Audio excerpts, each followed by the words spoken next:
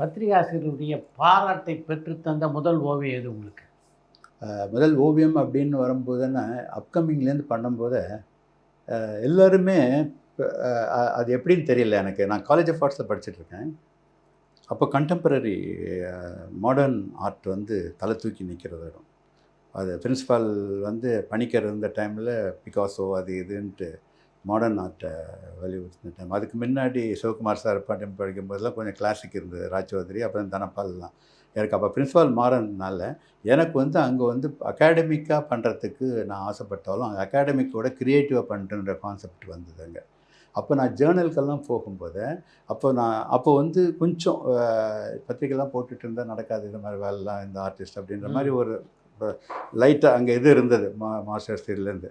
ஆனாலும் நான் அதை மீறி எனக்கு வந்து கொஞ்சம் இன்டர்வியூட்டாக போகிறோம். நான் கல்கி ஆஃபீஸ் சைக்கிள் எடுத்துகிட்டு போய்டுவேன். சைக்கிள் தான் அப்போ எனக்கு எல்லாம் வரும்போது கலைமகள் ஆஃபீஸ் எல்லாம் ஒரு என்ட்ரி பண்ணி ப்ரெசன்ட் போட்டுட்டு வருதுன்ற மாதிரி. அப்படி வரும்போது எல்லாமே என்கரேஜ் பண்ணாங்க.